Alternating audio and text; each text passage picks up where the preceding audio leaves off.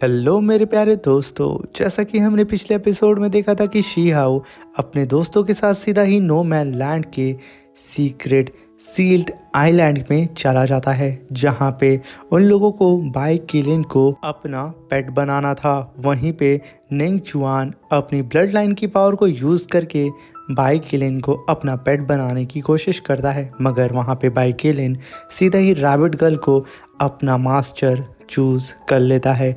ये देख करके सबके वहाँ पे होश उड़ जाते हैं, खास तौर से ब्रदर हुआंग के। वो यहाँ पे तो यकीन नहीं कर पा रहा होता है कि रैबिट गर्ल बाई किलिन की मास्टर बन चुकी है। मेरे प्यारे दोस्तों, इस एपिसोड को स्टार्ट करने से पहले मैं अपने व्यूवर्स और जिन प्यारे भाइयों ने मेरी पिछली वीडियो पे कमेंट किया है, मैं उन सबको तहे दिल से धन्यवाद कहना चाहता हूँ। साथ में मेरे नए व्यूवर्स, आप भी इसी तरीके से कमेंट कर सकते हैं। मैं आपके कमेंट का स्क्रीनशॉट लेके अपनी नेक्स्ट वीडियो में उसे शो ज़रूर करूँगा। और साथ में इस वीडियो का लाइक एम 5000 है, तो प्लीज़ इसे कंप्लीट कर दीजिएगा। और वीडियो अच्छी लगी तो अपने दोस्तों के साथ शेयर ज़रूर करिएगा। अब बिना देर किए इस एपिसोड को हम स्टार्ट करते हैं। इस एपिसोड की स्टार्टिंग में हमें शी हाउ को दिखाया जाता है, जो कि रैबिट गर्ल को देख करके कहता है अपने मन में, कहीं रैबिट गर्ल सच में रीइंकार्नेशन तो नहीं है ना, उस एंशिएंट इमॉर्टल गर्ल जो कि जुआन गू में मुझसे मिली थी। और अगर हम यहाँ पे इन दोनों की सोल पावर को कंपेयर करते हैं तो इनकी सोल पावर में काफ़ी ज़्यादा डिफरेंस हमें नज़र आएगा, मगर इनकी पर्सनालिटी बिल्कुल सिमिलर है। मगर तभी हम वहाँ पे होंग के साथी को देखते हैं, जिसका नाम तियांग लोंग होता है, जो कि सीधा ही रैबिट गर्ल से कहता है कि बच्ची, तुम्हारी भलाई इसमें ही है कि तुम बाई को हमारे हवाले कर दो। ये यूनिकॉर्न बीस्ट हमारा है, तो हो सकता है कि हम यहाँ पे तुम्हारी जान को बख्श दें। ये सुन करके बेचारी रैबिट गर्ल एकदम घबरा जाती है और वो इधर उधर मदद के लिए लोगों को देखने लगती है, मगर सडन उसकी नज़र सीधा ही शी हाउ के ऊपर पड़ जाती है। और वो जैसे ही अपने सामने अपने टीममेट को देखती है, वो चिल्लाते हुए अपनी जगह से ही कहती है, हे ब्रदर शी हाउ इधर। मगर शी हाउ अभी भी उसकी ओर नहीं देख रहा होता है। मगर तभी रैबिट गर्ल तो रैबिट गर्ल थी, वो तुरंत ही अपने हाथ को उठाते हुए कहती है कि ब्रदर शी हाउ, आपको मैं यहाँ नज़र नहीं आ रही हूँ? यहाँ पे हर कोई मुझे बुली करने की कोशिश कर रहा है और मेरे स्नैप पैड को मुझसे छीनने की कोशिश कर रहा है, और आप चुपचाप खड़े होकर के अपनी छोटी बहन को इस तरीके से टॉर्चर होता हुआ कैसे देख सकते हैं? ये कहते हुए वो सीधा ही शी हाउ की तरफ देखते हुए कहती है कि ब्रदर शी हाउ, मैं किसी भी कीमत पे अपने पेट को यहाँ पे किसी को भी नहीं दूंगी। ये मेरा है, ये मुझे मिला है, इसलिए आपको यहाँ पे मुझे प्रोटेक्ट करना होगा इन सभी लोगों से। ये सुन करके बेचारा शी हाउ वहाँ पे कुछ भी नहीं बोलता है, वो चुपचाप खड़ा होता है और सब के सब यहाँ पे शी हाउ के टीम मेंबर्स को देखने लगते हैं।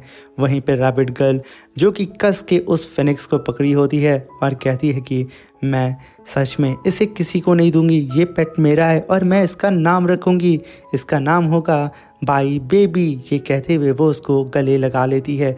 वहीं पे हम मिस जू को देखते हैं, जो कि शी हाउ का मजाक उड़ाते हुए कहती हैं कि शी हाउ, तुम्हें तो आगे बढ़ के बेबी सिटिंग स्टार्ट कर देनी चाहिए, वो बच्ची तुम्हें बुला रही है, तुम्हें आगे जाना चाहिए। तभी बेचारा शी हाउ अपनी इतनी ज़्यादा वॉट लगता हुआ देख करके अपने सर को खुजलाते हुए कहता है कि इस रैबिट गर्ल को मैं आखिर कैसे समझाऊं कि यहाँ पे थर्ड एल्डर ने ऑलरेडी कह करके रखा हुआ है, जिस भी कल्टीवेटर को ये यूनिकॉर्न बीस्ट अपना मास्टर सेलेक्ट करेगा, कोई भी इस पे उंगली नहीं उठाएगा।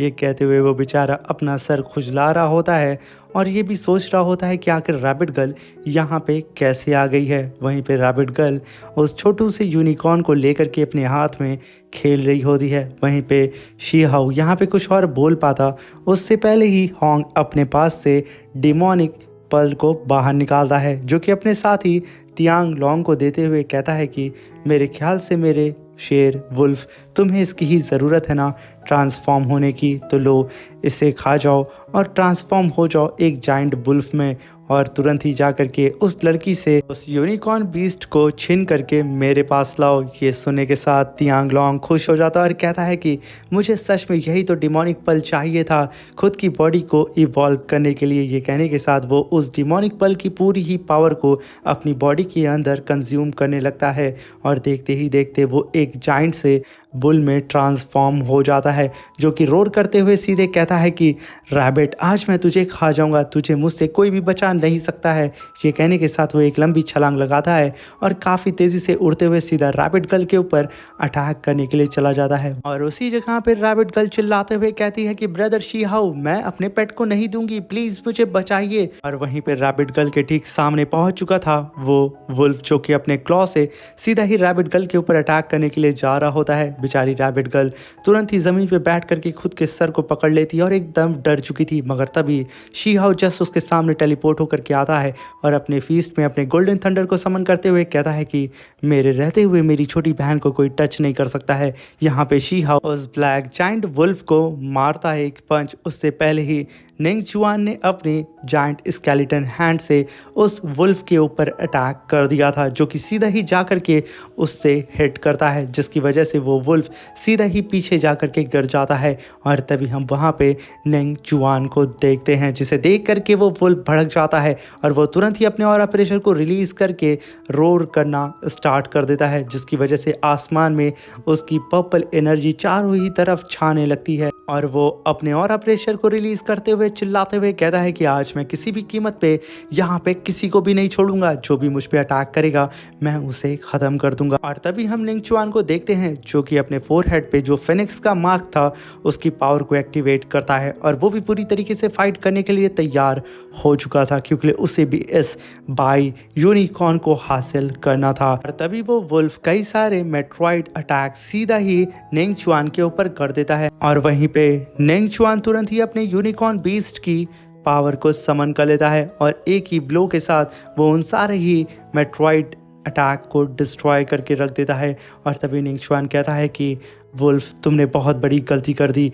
ये कहने के साथ वो अपने फीस्ट में काफ़ी पावरफुल थंडर अटैक को समन करता है और सीधा ही एक फीस्ट अटैक उस वुल्फ के ऊपर कर देता है, जिसकी वजह से वो वुल्फ वहीं पे घायल हो जाता है और चारों ही तरफ सन्नाटा छा जाता है। सब के सब यहाँ पे निंगचुआन की तारीफ़ करने लगते हैं, क्योंकि यहाँ पे सबको पता था कि निंगचुआन की एबिलिटी क्या है। और तभी हम होंग को देखते हैं, जो कि अपने व्हील और साथ में उस डिमोनिक पर्पल पल को अपने पास ले आता है और कहता है कि सच में ये तीनों ही चीज़ मैंने उस गधे को दी थी, मगर इस गधे ने तो मेरा नाम खराब कर दिया है। लगता है कि अब मुझे ही इस फाइट के बीच में कूदना होगा और उस यूनिकॉर्न को हासिल करना होगा। मगर तभी हम निंगचुआन को देखते हैं, जो कि अपने हाथ पे यूनिकॉर्न बीस्ट की सोल को समन करता है और वो सीधा ही बाई को दिखाते हुए कहता है कि हम दोनों की ब्लड लाइन सेम है, इसलिए तुम मेरे साथ आ जाओ, तुम मेरे ही साथ सिर्फ सुरक्षित हो। ये सुन करके यहाँ पे बाई उसकी ओर देखता है, मगर तभी रैबिट गर्ल कहती है कि बाई उसकी तरफ मत देखो, वो अच्छा इंसान नहीं है।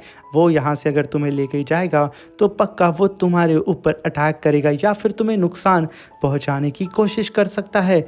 वहाँ पे बेचारा बाई चुपचाप रैबिट के बगल में ही खड़ा होता है, मगर तभी होंग अपने स्पीयर को लेकर के सीधा ही रैबिट के ऊपर काफ़ी पावरफुल अटैक कर देता है और गुस्से में कहता है कि अगर यहाँ पे तुम ही नहीं होगी तो इस बाई का मास्टर ही जिंदा नहीं बचेगा। और वो स्पीयर काफ़ी तेज़ी से रैबिट की तरफ बढ़ रहा होता है, मगर तभी वहाँ पे बीच में शी हाउ आ जाता है और अपने सामने स्पिरिचुअल शील्ड बना करके उस स्पीयर अटैक को वहीं पे होल्ड कर देता है और गुस्से में सीधा ही होंग से कहता है कि तुमने यहाँ पे बहुत बड़ी गलती कर दी है रैबिट के ऊपर अटैक करके। क्या तुम लोग ये नहीं जानते हो कि थर्ड एल्डर ने हम सबसे कहा था जिसे भी बाई सेलेक्ट करेगा वही उसका मास्टर होगा, हमें आपस में नहीं लड़ना है। ये कहने के साथ शी हाउ अपनी पावर को रिलीज़ करता है, जिसकी वजह से एक ब्लास्ट होता है और होंग का स्पीयर तुरंत ही उसके पास चला जाता है, जहाँ पे होंग अपने स्पीयर को तुरंत ही पकड़ लेता है। और तभी वहाँ पे शी हाउ गुस्से में आकर के अपने दोनों ही अपोनेंट की ओर देखता है, जहाँ पे राइट साइड में निंगचुआन और लेफ्ट साइड में होंग खड़ा होता है, जिसे देख करके शी हाउ अपनी पावर को रिलीज़ करते हुए अपने दोनों ही हाथ में अपनी गोल्डन डिवाइन थंडर को समन करता है और गुस्से में कहता है कि अगर अब किसी ने भी मेरी सिस्टर को परेशान करने की कोशिश की तो उसका अंजाम मैं बहुत ही बुरा करूंगा। ये कहने के साथ वो अपने विलो लीफ की भी पावर को अपने फीस्ट के अंदर समन करके सीधा ही डबल स्पिरिचुअल पंच अटैक उन दोनों ही कल्टीवेटर के ऊपर कर देता है, जहाँ पे वो दोनों ही कल्टीवेटर अपने सामने स्पिरिचुअल शील्ड बना करके शी हाउ के अटैक को होल्ड करने की कोशिश करते हैं। मगर तभी वहाँ पे एक काफ़ी खतरनाक ब्लास्ट होता है, जिसकी वजह से वो दोनों ही पीछे छटक के गिर जाते हैं और साथ में आसपास के जितने भी कल्टीवेटर कल्टीवेटर होते हैं वो सब के सब यहाँ पे हिल चुके थे। वहीं पे शी हाउ गुस्से में आकर के अभी भी अपने और प्रेशर को रिलीज कर रहा होता है और अपने पीछे ठीक विलो ट्री को समन कर चुका था। जैसे कि आ जाओ देखते हैं कि किसके अंदर कितना दम है। यहीं पे शी हाउ की ऐसी टेरिफाइंग पावर को देख करके सबकी बोलती बंद हो चुकी थी। कोई भी आगे बढ़ने की कोशिश नहीं कर रहा होता है। इनफैक्ट यहाँ पे निंगचुआन तक शांति से खड़ा होता है। वहीं पे शी हाउ रैबिट कल के सामने एक ढाल की तरह खड़ा होकर के अपनी पावर को रिलीज करते हुए चिल्लाते हुए कहता है कि यहाँ पे और कोई है जो लड़ना चाहता है।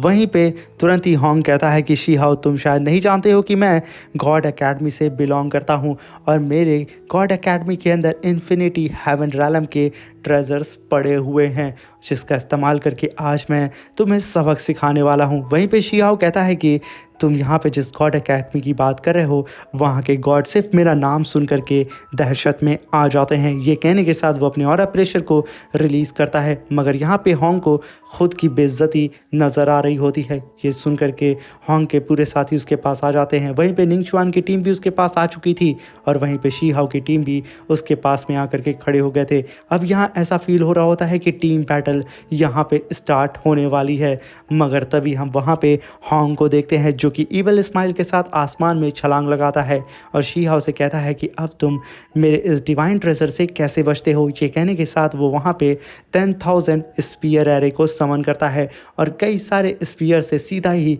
शी हाउ के ऊपर अटैक कर देता है जिसे नीचे खड़ी होकर के जियाओ और मिस जू चुपचाप देख रही होती हैं।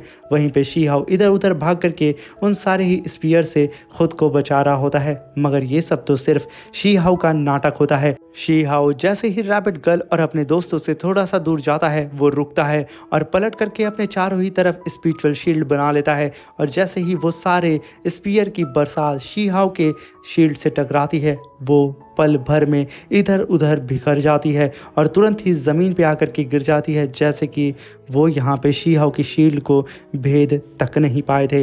ये देख करके यहाँ पे होंग के होश उड़ चुके थे मगर होंग यहाँ पे हार नहीं मानता है। वो तुरंत ही अपने सारे स्पीयर को कलेक्ट करता है और शी हाउ से कहता है कि अभी तो मैंने अपने स्पीयर की रियल पावर को तो तुम्हें दिखाया ही नहीं है। ये कहने के साथ तुरंत ही होंग अपने सारे ही स्पीयर को अपनी तरफ बुलाने लगता है और वो सारे ही स्पीयर मर्ज होकर के एक जाइंट सी गोल्डन धर्मा बॉडी को समन कर रहे होते हैं जो कि होंग की धर्मा बॉडी होती है। तभी होंग वहाँ पे शी हाउ से कहता है कि मेरी इस धर्मा बॉडी से कोई भी गॉड लेवल का कल्टीवेटर भी एक अटैक को होल्ड नहीं कर पाता है और मैं यहाँ पे गारंटी लेता हूँ शी हाउ तुम मेरे एक फीस्ट अटैक को भी यहाँ पे होल्ड नहीं कर पाओगे। तुम अब यहाँ पे बहुत बुरी मौत मरने वाले हो।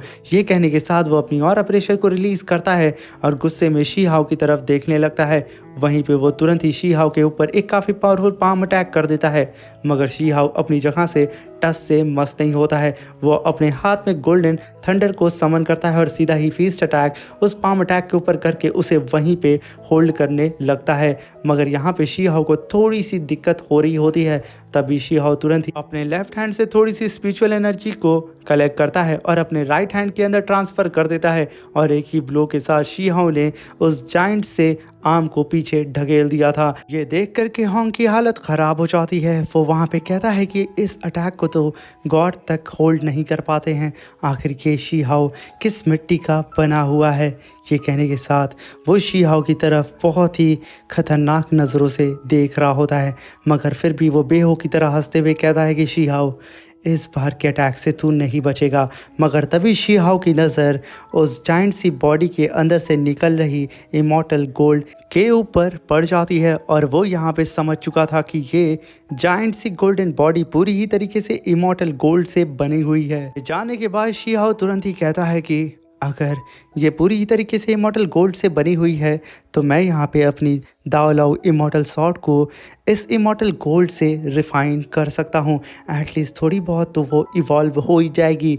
ये कहने के साथ शी हाउ अपनी दाओ लाओ सॉर्ड को समन करता है और तुरंत ही उसकी पावर को अवेक करते हुए उसकी स्पिरिट को वहाँ पे समन कर रहा होता है जिसे देख करके सब एकदम हैरान हो चुके थे कि आखिर यहाँ पे शी हाउ करने की क्या कोशिश कर रहा है। तभी हम देखते हैं कि शी हाउ की सॉर्ड से उसकी इमॉर्टल स्पिरिट बाहर आती है जो कि आते के साथ बहुत ही तेज़ी से उस इमॉर्टल गोल्ड को रिफाइन करना स्टार्ट कर देती है। ये देख करके होंग की हालत खराब हो जाती है। वो अपने लेफ्ट हैंड को शी हाओ के शिकंजे से छुड़ाने की कोशिश करता है, मगर शी हाओ की दाओलाओ इमॉर्टल स्वॉर्ड की स्पिरिट ने तो कुछ ही सेकंड के अंदर होंग की स्पिरिट के लेफ्ट हैंड को रिफाइन कर लिया होता है। ये देख करके होंग तुरंत ही अपने राइट हैंड से काफी पावरफुल फीस्ट अटैक सीधा ही शी हाओ के ऊपर कर देता है, मगर शी हाओ तो चुपचाप एक ही जगह पे खड़ा होता है। और तभी शी हाओ के पास जैसे ही वो हाथ आता है, शी हाओ एक स्पिरिचुअल शील्ड बना करके उसके हाथ को वहीं पे होल्ड कर देता है और चारों ही तरफ शी हाओ अपने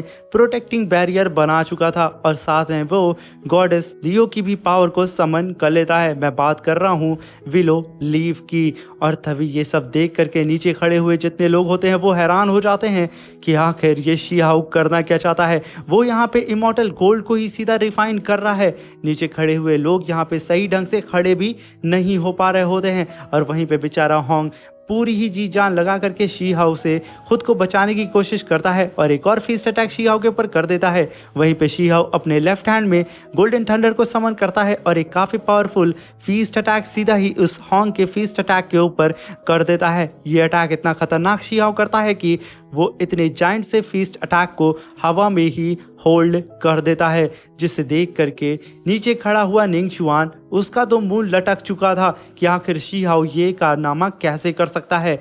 और वहीं पे शी हाओ का ये अटैक इतना खतरनाक होता है कि वो जाइंट बॉडी तक हिल सी जाती है। और वहीं पे शी हाओ की इमॉर्टल स्वॉर्ड की स्पिरिट उन दोनों ही हाथ को फ्यू सेकंड में रिफाइन कर चुकी थी। वहीं पे हुआंग इमॉर्टल स्वॉर्ड की स्पिरिट को इस तरीके से उस इमॉर्टल गोल्ड की पावर को रिफाइन करता हुआ देख करके कहता है कि फाइनली हमारी फैमिली में एक और बहुत बड़ा भुक्कड़ आ चुका है, हमें तो इसका स्वागत करना चाहिए। और तभी हम देखते हैं कि शी हाओ जैसे ही अपनी पावर को बढ़ाता है, उसकी इमॉर्टल स्वॉर्ड की स्पिरिट ने तो बहुत ही तेजी से उस जाइंट से गोल्ड थर्मा बॉडी को पूरी ही तरीके से सपा चट कर दिया होता है। ये देख करके बेचारे होंग की तो खटिया खड़ी हो चुकी थी और तभी उसका स्पीयर उसके हाथ में आकर के गिरता है। उसके अंदर से पूरी ही स्पिरिचुअल एनर्जी खत्म हो चुकी थी, जहाँ पे होंग कहता है कि मैं अपने सेक्ट वालों को आखिर क्या जवाब दूंगा कि मैंने इतनी बड़ी गलती कैसे कर दी। ये कहने के साथ वो बेचारा वहाँ पे रो रहा होता है क्योंकि उसने अपने सेक्ट के सबसे पावरफुल ट्रेजर को यहाँ पे जो खो दिया है। वहीं पे हम शी हाओ को देखते हैं जो कि अपनी इमॉर्टल स्वॉर्ड को अपने हाथ में लेकर के कहता है कि फाइनली कुछ हद तक तो मेरी इमॉर्टल स्वॉर्ड यहाँ पे रिवाइव हो चुकी है, मगर हमें यहाँ पे नहीं बताया जाता है कि शी हाओ की इमॉर्टल स्वॉर्ड यहाँ पे अपना एक लेवल ब्रेक थ्रू की है या फिर इवॉल्व हुई है। किस लेवल तक, इसके बारे में हमें कुछ भी बताया नहीं जाता है। वहीं पे निंग चुआन की नज़र सीधा ही रैबिट गर्ल और उस यूनिकॉर्न बीस्ट के ऊपर पड़ जाती है, जहां पे शी हाओ अपनी स्वॉर्ड को देख ही रहा होता है। वहीं पे निंग चुआन तुरंत ही झपट पड़ता है रैबिट गर्ल के ऊपर। यहाँ पे रैबिट गर्ल को वक्त रहते ही उसका यूनिकॉर्न बीस्ट तुरंत ही टेलीपोर्ट करके एक सेफ जगह पे लैंड करा देता है। वहीं पे निंग चुआन जैसे ही रैबिट गर्ल के करीब पहुंचता, शी हाओ की भी नज़र वहां पे पड़ चुकी थी। वो भी यहाँ पे रैबिट गर्ल को बचाने के लिए निकल चुका था। जहाँ पे निंग चुआन ने अपने राइट हैंड को आगे किया था, शी हाओ तुरंत ही उसके राइट हैंड को पकड़ लेता है और तुरंत ही लथेड़ते हुए आसमान में लेकर के उसे गोल गोल नचाने लगता है और सीधा ही ज़मीन पे उसे उठा करके पटक देता है। यहाँ पे निंग चुआन की कसम से बहुत ही गंदी तरीके से बेइज्जती हुई थी, मगर वो फिर से खड़ा होता है और गुस्से में आकर के अपने और प्रेशर को रिलीज करने लगता है। ये देख करके शी हाओ भी भला कहाँ पे ही दूर होता, वो भी तुरंत अपनी 3 इमॉर्टलिटी की पावर को अवेक कर लेता है। ये देख करके निंग चुआन भी तुरंत अपनी पावर को रिलीज करता है और अपने यूनिकॉर्न बीस्ट की पावर को समन कर लेता है। वहीं पे शी हाओ भी अपनी जाइंट वेल को समन कर लेता है।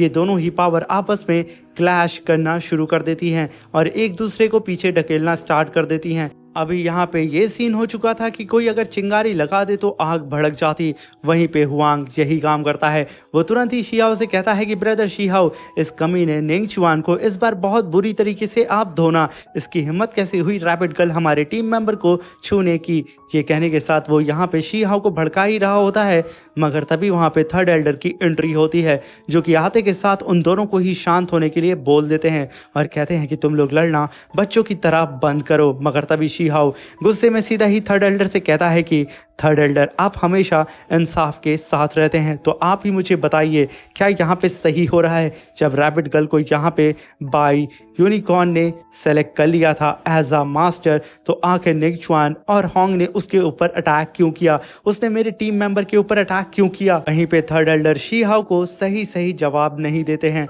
वो पलटते हैं और शीहाओ से कहते हैं कि अभी के लिए तुम लोग फाइट करना बंद कर दो, क्योंकि हम लोगों की एनिमी आउटसाइडर हैं, ना कि हम लोगों को आपस में लड़ मरना चाहिए। और मैं यहाँ पे तुम सभी लोगों को बता देना चाहता हूँ कि बाई यूनिकॉर्न बीस्ट ने यहाँ पे रैबिट गर्ल को अपना मास्टर चुन लिया है। तो मैं यहाँ पे तुम सभी लोगों को खबरदार करना चाहता हूँ कि किसी ने भी रैबिट गर्ल को छूने की कोशिश की तो मुझसे बुरा कोई भी नहीं होगा।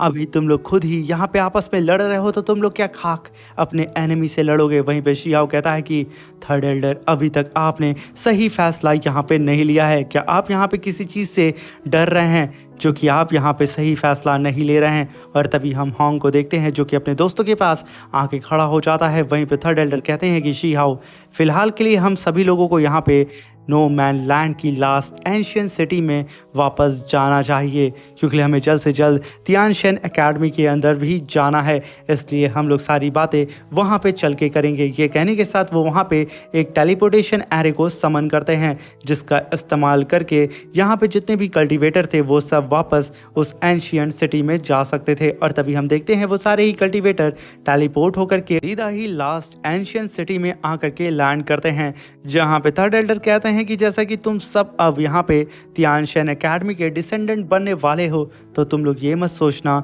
ये बहुत ही ज़्यादा सिंपल होने वाला है, क्योंकि तुम सभी लोगों के ऊपर बहुत बड़ी रिस्पॉन्सिबिलिटी आने वाली है। और देखना ये बनेगा कि आखिर तुम लोग इस रिस्पॉन्सिबिलिटी को कैसे संभालते हो और एम्परर के रास्ते पे कैसे चलते हो और उनकी लीगेसी को तुम कैसे हासिल करते हो। ये कहने ही के साथ मेरे प्यारे दोस्तों, ये शानदार सा एपिसोड ख़त्म हो जाता है। मेरे प्यारे दोस्तों, ये एपिसोड और ये एक्सप्लेनेशन कैसी लगी आप सभी लोगों को कमेंट बॉक्स में ज़रूर बताइएगा।